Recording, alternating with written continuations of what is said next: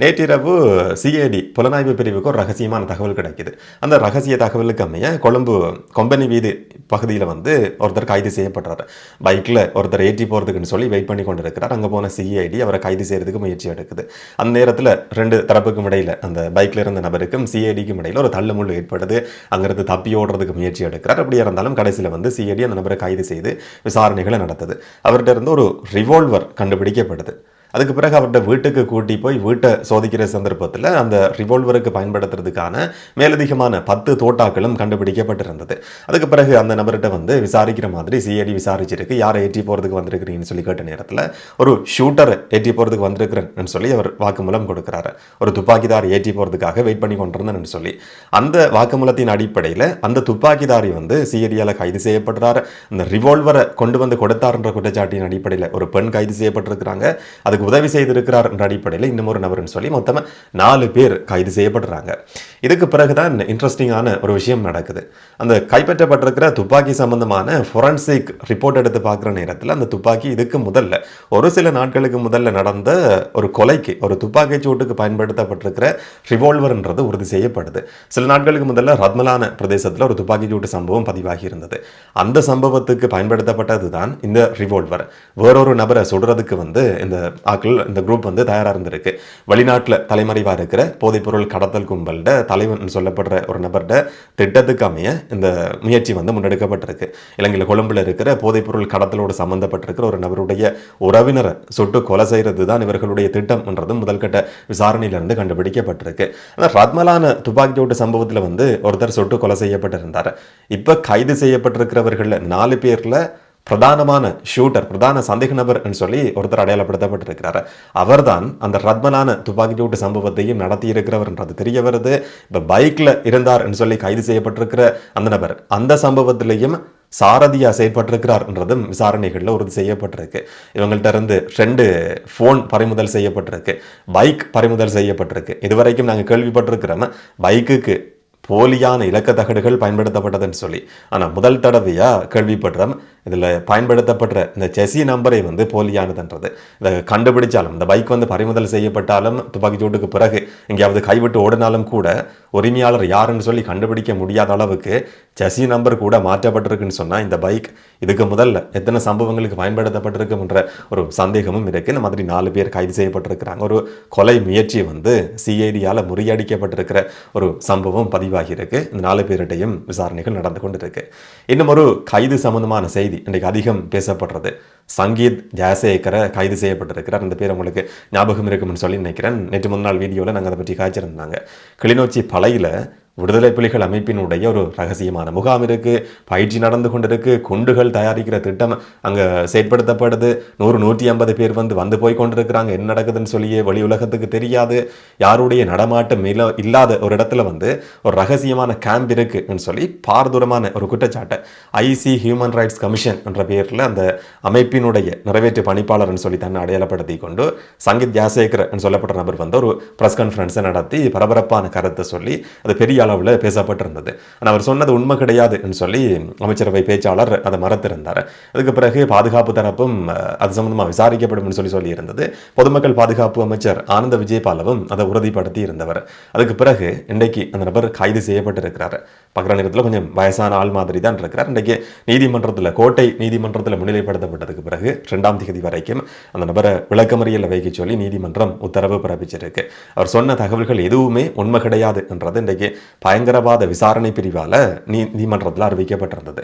அங்கே கிளிநொச்சியில் நடக்கிற சம்பவம்ன்றது வேற, அதை பற்றி வேற வழக்கு விசாரணைகள் நடந்து கொண்டிருக்கு. இந்த நபர் சொன்ன விடுதலை புலிகள் என்ற அந்த கருத்து வந்து முற்றிலுமே பொய்யானது, உண்மையே கிடையாது என்றதை டிஐடி பயங்கரவாத விசாரணை பிரிவு இன்றைக்கு நீதிமன்றத்தில் அறிவிச்சிருந்தது.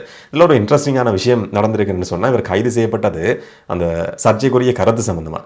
அவரை பற்றி நடத்தப்பட்ட விசாரணையில் அவர்கிட்ட இருந்து 5 போலியான ஐடென்டி கார்டு பறிமுதல் செய்யப்பட்டிருக்கு.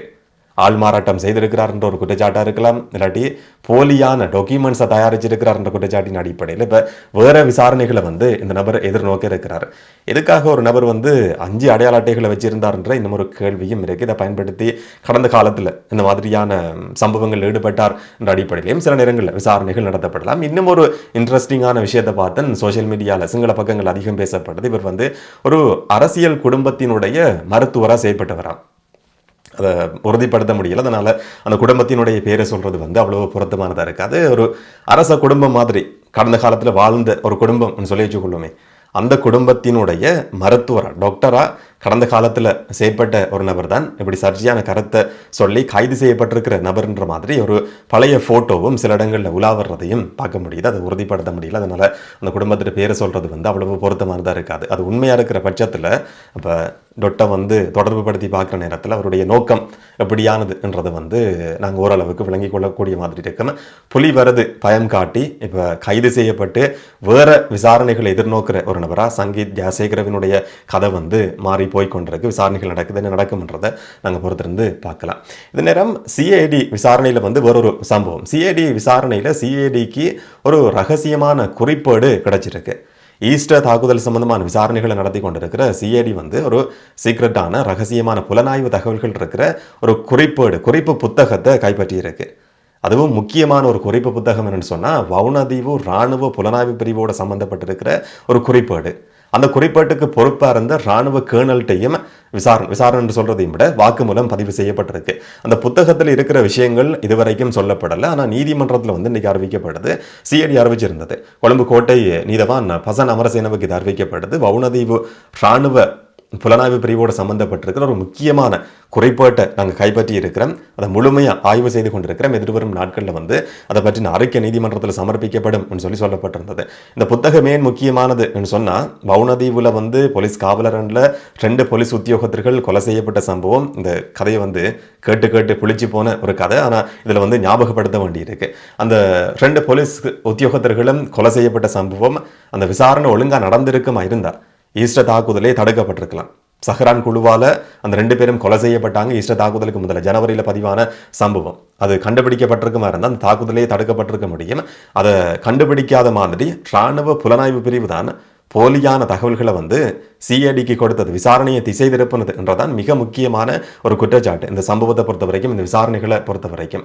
அப்படியான ஒரு சம்பவத்தோடு சம்பந்தப்பட்டிருக்கிற ஒரு இராணுவ புலனாய்வு தகவல்கள் அடங்கியிருக்கிற குறிப்பேடு இப்போ சிஐடியினுடைய கைகளுக்கு வந்திருக்கு. அதுக்கு பொறுப்பாக இருந்த நபர்கிட்டையும் வாக்குமூலம் பதிவு செய்யப்பட்டிருக்கு. இன்றைக்கு நீதிமன்றத்தில் இது வந்து அறிவிக்கப்படுது. இந்த நேரத்தில் இந்த விசாரணைகளை குழப்புற மாதிரி, நீதிமன்றத்தை அவதூறு செய்கிற மாதிரி கருத்துக்களை பதிவு செய்திருக்கிற விமல் வீரவங்ச, உதயகம்மன் பில, திலீப் ஜாவீர, மஹிந்த பாத்திரன சொல்லப்படுற மொத்தம் 5 பேர் சம்பந்தமான விசாரணைகளும் நடத்தப்படுது. அதுக்கான ஆதாரங்கள், இவங்க எப்படியான கருத்துக்களை சொல்லி இருக்கிறாங்கன்றதுக்கான வீடியோ ஆதாரங்கள் இன்னைக்கு நீதிமன்றத்தில் சிஐடியால் சமர்ப்பிக்கப்பட்டிருந்தது. அது சம்பந்தமான விசாரணைகள் தொடர்ச்சியாக நடந்து கொண்டிருக்கு. இந்த நேரத்தில் 2 போலீஸ் புலனாய்வு பிரிவினுடைய உத்தியோகத்தர்களும் இந்த சம்பவம் சம்பந்தமாக கைது செய்யப்பட்டிருந்தவங்க. அந்த 2 பேரையும் 2ஆம் தேதி வரைக்கும் விளக்கமறியலில் வைக்க சொல்லியும் இன்றைக்கு நீதிமன்றம் வந்து உத்தரவு பிறப்பிச்சிருக்கு. அந்த வவுனதீவு சம்பவத்தோட நேரடியாக சம்பந்தப்படுற நபர்னு சொல்லி குற்றம் சாட்டப்படுற ஒருத்தர் தான் கஃபூர் மாமா. ஈஸ்டர் தாக்குதல் சம்பந்தமான வழக்கு விசாரணையில் 2வது மிக பிரதானமான சந்தேக நபர் கஃபூர் மாமாட வாக்குமூலம் இன்றைக்கு வெளிவருது. தடுத்து வைக்கப்பட்டு விசாரணைகள் எதிர்நோக்கி கொண்டிருந்த காலகட்டத்தில் பன்றி இறைச்சி சாப்பிட சொல்லி வற்புறுத்தப்பட்டாராம். சிஐடி இந்த அளவுக்கு மோசமாக நடந்து கொண்டதுன்னு சொல்லி சொல்கிறாரு. வெளிக்கடை சிறையில் தடுத்து வைக்கப்பட்டிருந்த காலகட்டத்தில் ஷானி அபேசேகரவும் அந்த காலகட்டத்தில் வந்து கைது செய்யப்பட்டு விசாரணைகள் எதிர்நோக்கி கொண்டிருந்தவர். ஷானியும் தன்னோட ஒரே சிறை கொண்டில் இருந்தாராம். தனக்கு எப்படியான கஷ்டங்கள் நடந்ததுன்றதை ஷானிட்ட கேட்டாலே தெரிஞ்சு கொள்ள முடியும்னு சொல்லியும் கஃபூர் மாமா வந்து தன்னுடைய வாக்குமூலத்தில் குறிப்பிட்டிருக்கிறதும் மிக முக்கியமான ஒரு விஷயம். சாய்ந்த மருந்தில் நடந்த அந்த குண்டுவெடிப்பு சம்பவம், அந்த வீட்டுக்குள்ளே நடந்த சம்பவம், இதில் 15 பேர் வரைக்கும் தன்னுடைய குடும்பத்தை சேர்ந்தவங்க உயிரிழக்கிறாங்களாம். தன்னுடைய மகள், பேரப்பிள்ளைகள் உட்பட 15 பேர் அந்த சம்பவத்தில் கொலை செய்யப்பட்டிருக்கிறாங்க. இப்படி இதை வந்து இந்த சம்பவத்தில் நானே நேரடியாக பாதிக்கப்பட்டிருக்கிறேன், இப்போ நான் ஒரு குற்றவாளி சொல்லி எப்படி நம்ப முடியும் என்ற மாதிரி ஒரு கேள்வியை வந்து அவர் நீதிபதியை பார்த்து கேட்டிருக்கிறார். நீதிமன்றத்தில் சாட்சி கொண்டு இருந்த மாதிரி இப்படியான ஒரு கருத்தையும் அவர் சொல்லியிருக்கிறார். இதை தவிர தற்கொலை செய்து கொள்றதுன்றது தன்னுடைய மத கோட்பாடுகளுக்கு புறம்பானது, இஸ்லாத்துக்கு எதிரானது, ஹராம். ஹராம் செயற்பாட்டில் வந்து நான் எப்படி ஈடுபட முடியும், அந்த மாதிரியான ஒரு நபர் நான் கிடையாதுன்றதான் கஃபூர் மாமாவினுடைய வாக்குமூலம். ஆனால் இவருக்கு எதிராக இதுக்கு முதல்ல வந்து சில சாட்சியங்கள் ஆதாரங்கள் சமர்ப்பிக்கப்பட்டிருந்தது. நான் முதல்ல சொன்ன அந்த வவுனதீவு சம்பவம். வவுனதீவு சம்பவத்தில் முதல்ல கைது செய்யப்பட்டது புனர்வாழ்வு பெற்ற விடுதலை புலி உறுப்பினர்கள் சொல்லப்படுற 2 பேர். அந்த 2 பேரும் பிறகு விசாரணைகளில் விடுதலை செய்யப்படுறாங்க. அந்த 2 பேரும் விடுதலை செய்யப்பட்டதுக்கான அடிப்படையான காரணம் கஃபூர் மாமாவினுடைய வாக்குமூலம். அவர் தான் சொல்றாரு, இது சஹ்ரான் குழுவினுடைய திட்டம் என்றது. கல்முனை போலீசால கைது செய்யப்பட்டு விசாரணைகள் நடந்த காலகட்டத்தில் அவர் வந்து அதை ஒப்புக்கொள்றாரு. அதுக்கு பிறகு அதை உறுதி செய்கிற மாதிரி அந்த 2 போலீஸ் உத்தியோகத்தர்களினுடைய 2 ரிவால்வர்களும் வேற வேற பிரதேசங்கள்ல இருந்து கண்டுபிடிக்கப்படுது. ஒன்று வண்ணாத்தீவில் பிரதேசத்துல இருந்தும் அந்த தென்னந்தோப்புல இருந்து ஒரு ரிவால்வர், கல்முனையில் இருக்கிற ஒரு வீட்டில் மறைச்சு வைக்கப்பட்டிருந்த சந்தர்ப்பத்தில் இன்னும் ஒரு ரிவால்வர் கண்டுபிடிக்கப்படுது. இந்த 2 ரிவால்வரும் கண்டுபிடிக்கப்பட்டதும் கஃபூர் மாமாவினுடைய வாக்குமூலத்தின் அடிப்படையில். அவருடைய வாக்குமூலம் வந்து மிக முக்கியமான ஒரு விஷயம் இந்த சம்பவத்தில். ஆனால் இன்றைக்கு வழக்கு விசாரணையில் வந்து தன் மேலே சுமத்தப்பட்டிருக்கிற எல்லா குற்றச்சாட்டுகளையும் அவர் நிராகரிச்சிருக்கிறார். சிஐடி மோசமாக என்ன சித்திரவதை செய்தது என்றது வரைக்கும் ஒரு குற்றச்சாட்டையும் நீதிமன்றத்தில் வந்து சுமத்தி இருக்கிறார். இந்த விசாரணைகள் தொடர்ச்சியாக நடந்து கொண்டிருக்கு, கடைசி கட்டத்தை நெருங்கி கொண்டிருக்கு. எப்படியான தீர்ப்புகள் கிடைக்கும் என்றதை நாங்கள் பொறுத்திருந்து பார்க்கலாம். இந்த மாதிரியான முக்கியமான சம்பவங்கள் தான் இன்றைக்கு பேசப்படுற விஷயங்கள். அதை பற்றி நீங்கள் என்ன நினைக்கிறீங்கன்றதை கமெண்ட்டில் சொல்லுங்கள். நாளைக்கு வழக்கம் போல் இன்னும் ஒரு வீடியோவில் நாங்கள் சந்திக்கலாம். வணக்கம்.